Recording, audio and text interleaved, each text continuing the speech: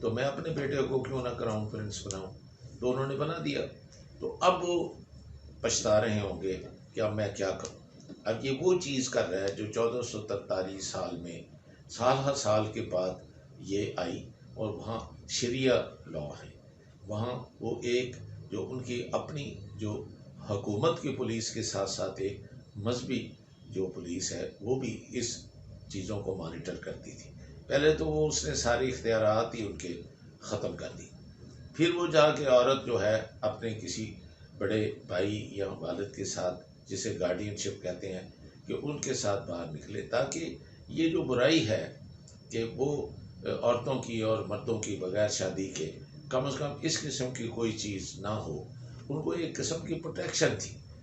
اس نے وہ بھی قانون جو تھا اس کو بھی اس قدر ریلیکس کر دیا، وہ تقریباً ختم ہے، اور وہ جو مذہبی پولیس تھی وہ بھی تقریباً ختم ہے۔ پھر اس نے خطبے پہ کنٹرول کیا۔ اب یہ کریکلم جو ہے اس کو یہ کہہ رہا ہے کہ اس میں سے یہ چیزیں جو دین میں پڑھی جاتی ہیں ان کو نکالو۔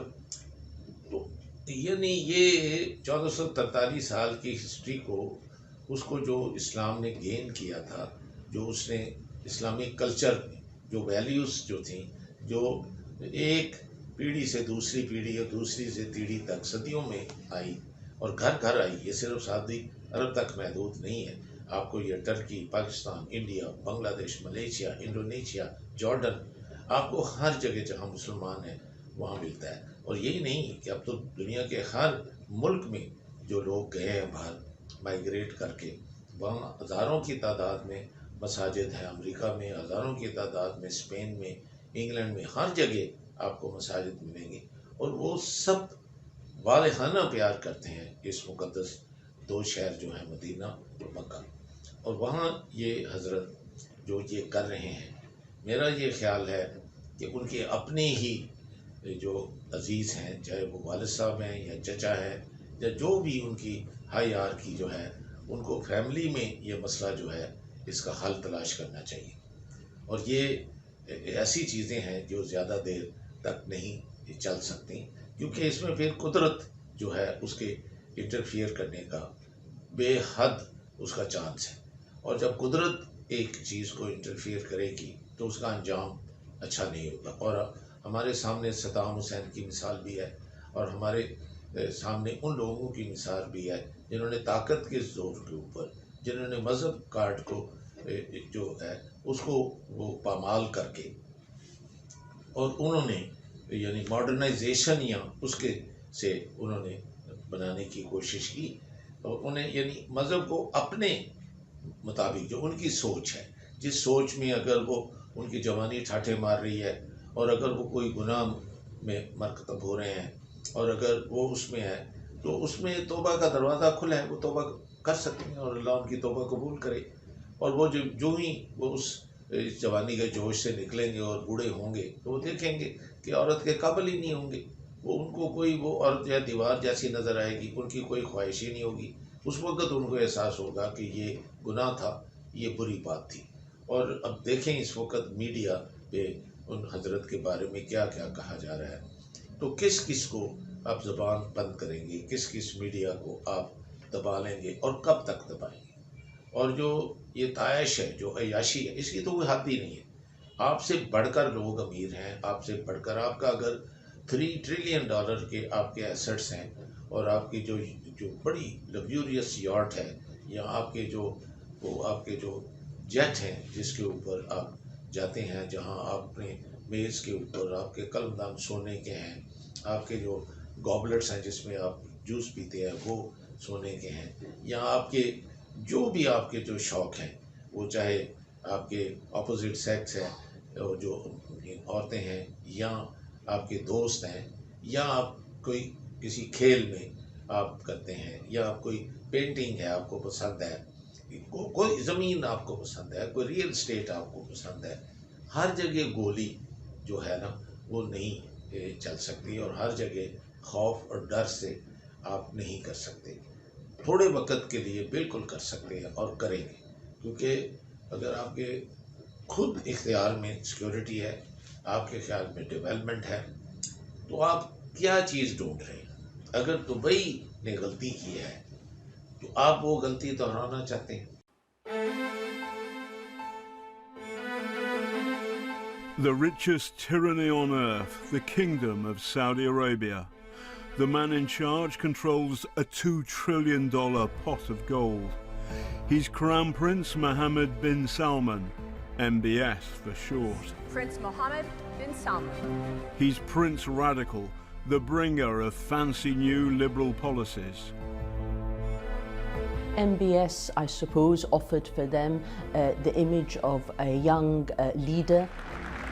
Here was a newcomer that would offer new blood to the Saudi system. But there's a downside. Muhammad is very young. The way he acts like a teenager would act. He's impulsive, he's psychopath, he's narcissistic, and he is also suffering from grandiosity. And there's another problem. He's ruthless, and a ton of evidence says he may be an accessory to the murder of Jamal Khashoggi. We have strong evidence that it was a planned operation, not an accidental death. In the old days, 3 years ago, the royal court in Riyadh ring-fenced power. It provided checks and balances, but the system was atrophied. He has created the cult of MBS, in which those that surround him are not necessarily equals from the royal family, but men from the intelligence services. If he asks for something, demands something, they will not question it because they know that they themselves could be in danger. With his father, King Salman, suffering from Alzheimer's, MBS came to power 3 years ago. He was everything Saudi Arabia was crying out for: young, energetic, a champion for change, both social and economic, or so it seemed. At 33, MBS is the youngest Saudi ruler for decades. But before he attained power, there were flickers that caused unease. سورہ کاف میں آپ کو نہیں پتا کہ اگر یہ لوگ یہ کر رہے ہیں تو ان کو وہ بستیاں دکھاؤ جو کہ ویران پڑی ہیں. تو وہ بستیاں ویران کا ذکر عذاب کے طور پر آیا ہے. جب ان کی حد سے بڑھ گئے اور ان کی اللہ نے پکڑ کی تو وہ پکڑ کی نشانیاں ہیں کہ یہ ایک حد تک تم کرتے جاؤ اور تمہاری جو گستاخی ہے، تمہارے جو گناہ ہیں، وہ میں تمہیں کرنے دوں گا. کرنے اس لیے دوں گا کہ میں نے دنیا پہ یہ کہا ہے کہ تم یہ چیزوں کا سب کا تمہیں اختیار ہے. اسی طریقے سے ہی تو میں نے تمہارا امتحان لینا ہے کہ جو حدیں میں نے تمہاری قرآن پاک میں مقرر کی ہیں، کیا وہ تم جو ہے ان کو کوئی امپورٹنس دیتے ہو؟ کیا وہ تمہارے ایمان کا حصہ ہے؟ کیا دنیا میں ہی آپ یہ جو ہے ساری گلیمر اور ساری عیاشی کرنا چاہتے ہیں؟ کیا آپ نہیں سمجھتے کہ آپ کے جتنے جو تایا چچا یا آپ کے جتنے بزرگ ہیں جو وفات پا چکے ہیں وہ سب قبروں میں ہیں؟ تو آخرت کا وہ سفر تو انہوں نے شروع کر لیا ہوا ہے. جہاں اندھیرا ہے اور 6x4 کی جو قبر ہے وہ آپ کا، میرا، ہر ایک کا، یعنی کسی آپ جو حاکم ہے چاہے وہ کسی ملک کا ہے اسی کا بھی ہے. اور اس شہزادے صاحب نے بھی وہی، ان کی بھی وہی آخرت ہے. محمد بن سلمان بھی عیاشی کے معاملے میں باقی عرب شہزادوں سے کچھ کم نہیں ہیں، بلکہ ان سے بڑھ کر ہی ہیں. بس ان کے سکینڈل ذرا کم ہی باہر آتے ہیں.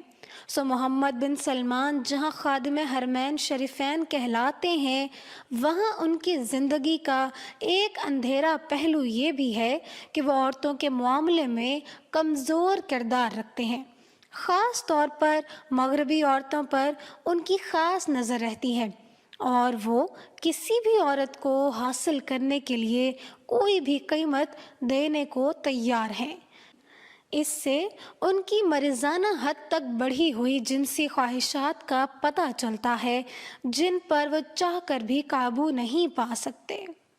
جو کسی اور بادشاہ کی ہے تو میری سمجھ سے یہ بالا تر ہے کہ جس کے پاس یہ کتاب ہدایت گھر میں ہو، جس کی پرورش بطور مسلمان ہو، جس کے پاس دونوں مقدس ترین شہر ہوں، اور وہ اس قدر وہ حد کراس کر جائے. اب وہ بتائیں کہ کیا ضرورت ہے کہ وہ ایک نیا شہر، جس شہر میں یہ شریعت کا قانون ہوگا ہی نہیں. ارے بھائی، اگر تمہیں یہ شریعت کا قانون اس قدر ناپسند ہے تو پھر سعودی عرب میں رہنے کا کیا مطلب ہے؟ آپ کے پاس اتنا پیسہ ہے، آپ تو کسی ملک میں جا کر رہ سکتے ہیں. آپ سوئٹزرلینڈ میں چلے جائیں، آپ کوئی جزیرہ خرید کے وہاں آپ اپنی جس طرح سے عیاشی سے ایسے رہنا چاہتے ہیں آپ رہیں. عامق نے ٹویٹ کر کے کہا کہ جمعے کی نماز کے خطبے میں تبلیغی جماعت کے خطرے سے لوگوں کو آگاہ کیا جائے گا. اس ٹویٹ میں سعودی حکومت نے کہا کہ یہ جماعت پیغمبر کے دکھائے راستے پر نہیں چل رہا ہے، بنا علم کے تبلیغ کرتی ہے، اللہ اور اس کے پیغمبر کے خلاف جاتی ہے. یہ وہ جماعت ہے جس سے ٹیررسٹ گروپ بھی پیدا ہوئے. آپ کو تیل کا پیسہ آتا رہے گا، آپ یہ پھر کیوں کر رہے ہیں؟ اس سے گناہ کے اوپر گناہ ہے. کئی چیزوں کا آپ پر الزام ہے کہ آپ نے وہ کسی کا جو ہے وہ ایک کوئی ایسا اسکواڈ ہے جو ٹائیگر اسکواڈ، جو کہ آپ کے حکم کے مطابق لوگوں کو ختم بھی کر دیتا ہے. اب اس میں کیا حقیقت ہے یہ تو کم از کم میرے لیے کہنا بہت مشکل ہے. لیکن آپ کس کس کا منہ روکیں گے؟